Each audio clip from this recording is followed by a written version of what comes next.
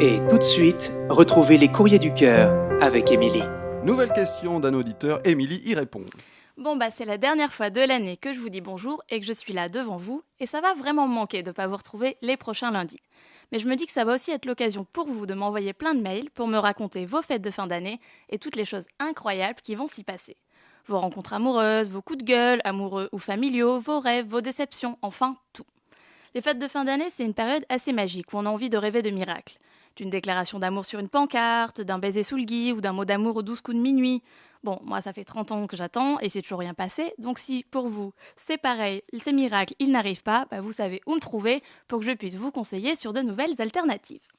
Bon, j'arrête le romantisme pour vous parler de la personne qui m'a écrit et qui a demandé à rester anonyme, donc on va respecter cet anonymat et nous l'appellerons Paul. J'avais envie de l'appeler Paul. Paul, il est séparé de sa femme, avec qui il a vécu pendant plus de 10 ans, ils ont 3 enfants, et il vit très mal cette séparation. Bon, en même temps, quand ta vie vole en éclats après autant d'années à avoir fondé une famille, c'est un peu plus difficile de s'en remettre que juste de se dire « allez hop, on tourne la page ». Le temps, il est nécessaire pour se reconstruire, se redresser, accepter cette nouvelle situation et surtout pour être prêt à passer à autre chose. C'est pas parce qu'on veut vivre de nouvelles choses qu'on est forcément prêt à le faire. On s'en rend pas nécessairement compte, mais quand on n'est pas réellement prêt à prendre un nouveau chemin, on est inconsciemment assez fermé à de nouvelles rencontres, à de nouvelles opportunités. Paul, tu me parles de tes difficultés à retrouver quelqu'un, mais je pense que c'est fortement lié au fait de mal vivre ta séparation. C'est-à-dire que quelque part, tu n'es pas totalement ouvert, tu n'es pas totalement libre dans ta tête et dans ton cœur, et ça crée autour de toi une sorte de bulle, une sorte de blocage qui se ressent. C'est un peu comme si toi-même, sans t'en rendre compte, tu fuyais ou tu repoussais toutes les éventuelles personnes qui pourraient entrer dans ta vie. Penche-toi sur les raisons qui font que tu veux rencontrer quelqu'un, là, tout de suite, maintenant.